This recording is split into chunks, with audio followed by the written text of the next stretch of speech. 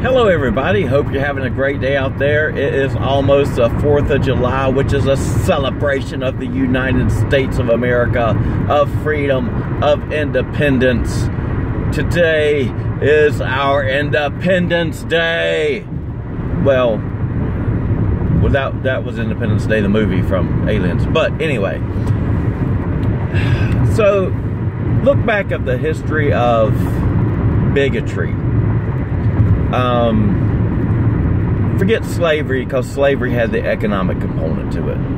It was, even though in the greatest sense of not just the economic part of it, it was thinking of people, in this case African American people, as being less than other people, less than you know, that they were an inferior people to the people that.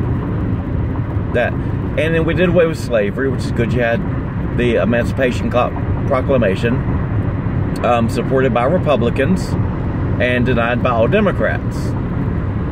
And all the way from there, all the way up till modern history of 1964, the Civil Rights Act of 1964 was, again, supported by all Republicans and denounced by all Democrats. And that's not like the dark ages of the old times. I mean, that's within my lifetime. Yes, I know I'm old. But it gets worse. I mean, you think about everything in between there. The segregation of schools. A black person couldn't go sit at a lunch counter and eat. There were lynchings and assaults on black people simply because they're black. And this was all the Democrat Party, who, if you have that argument now, but they've changed. But have they? Because now, if you go on YouTube and you search for MAGA, Make America Great Again, assault, you get thousands of videos of people assaulted simply because they have a different political view than a Democrat. You have people kicked off the lunch counter or out of restaurants. You can't eat here. You're something else we don't like. You can't do this because we don't want you here because we don't like you. You know, Eric Trump would just spit on in a restaurant. It's the same treatment, it's the same justification. You're less than we are. We're more superior than you. We don't like you. And it's okay that we don't like you, so we justify it that it's okay. We're the grand moral arbiters. The same people now who are the grand moral arbiters that put people in slavery and tried to keep them in slavery and didn't want to give them the human rights campaign and you know, the legislation to guarantee the rights, who justified all of that in the same justification they're using now, that it's just somebody else that they're more superior to, morally or whatever feeling that they have. It's just okay, we justify it because we're smarter. So Democrats haven't changed, they just have a different enemy, but they treat the same entity of an enemy the same way with the same justifications. It's all just, they have to have someone to hate. And I mean, it's almost scary to think that you can justify. I mean, you look at these times where somebody conservative was going to go on a school campus and they just literally rioted and destroyed things because somebody with a different political view was going to say something.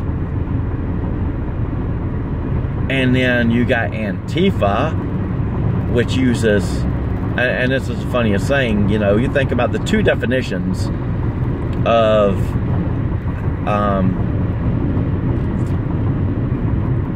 fascism, and number one's usually government policy due to racial divide or racial segregating, and then the second one is basically totalitarianism against the people's will. And that includes things like using violence and using violence to justify, or using violence for political manipulation, silencing your enemies, and stuff like that. And that's the same people now who are using the same tactics, the same hate as what they used to, are also Obama jail journalists. They used the IRS to silence Tea Party groups during the 2012 elections, silencing your enemies. They had to admit it and pay fines and pay restitution to those groups. So yes, it was done, and it's been admitted it was done. They attack people that don't agree with them politically. They actually riot just because somebody's going to say something they don't different political view. They're just as fascist nowadays, probably more fascist than ever before. And it's still filled with hate, and it's still their moral superiority and their justification. It's okay to treat people like this because, well, they don't like them. Oh, you say you got a problem with somebody else, so you can't do anything, or whichever do's wrong, but we can do that same thing because we don't like you, and it's okay. I mean, it's basically the same thing, yes. They're still the hate-filled fascist that they've always been. It's just a different enemy. And if you look at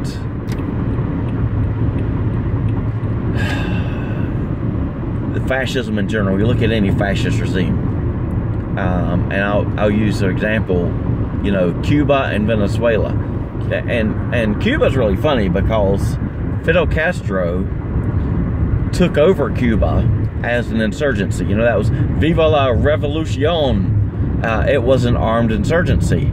And as soon as he got in power, he took guns away from the people so they wouldn't have it to use against him in case he ever started being a totalitarian dictator, and they didn't like it. I mean, you gotta love the irony in that.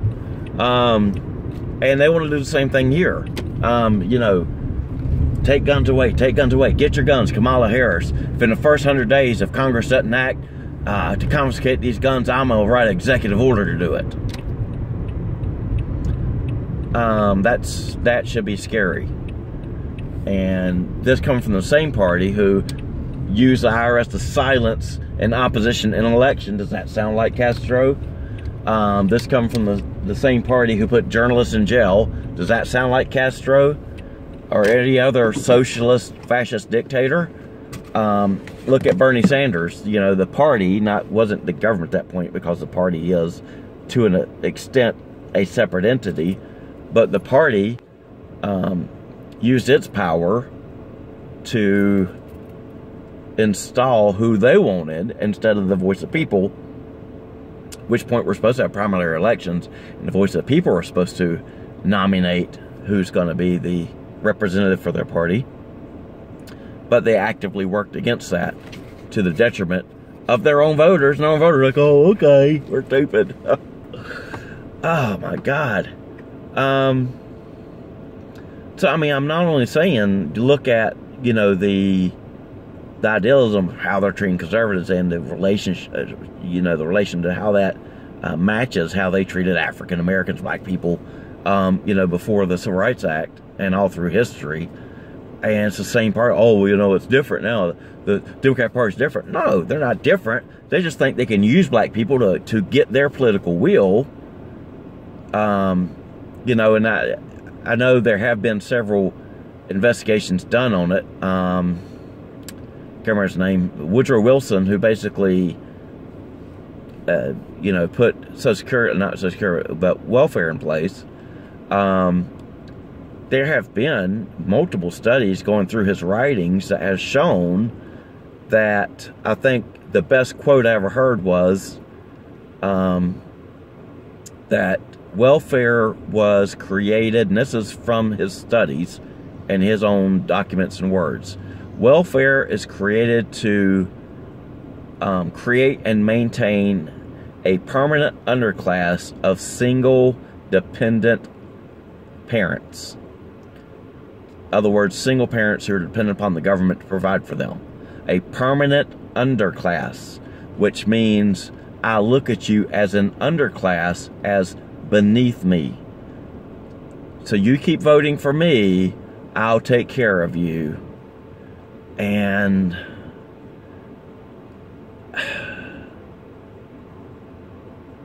the greatest trick the devil ever pulled was convincing the world that he didn't exist. I look at the African American population still buying this, voting 90% Democrat. What has improved from what they have done? Absolutely nothing. I don't get it. And now there's a whole new group of people buying every bit of it. They're not for you. They're going to destroy you so that they can get power.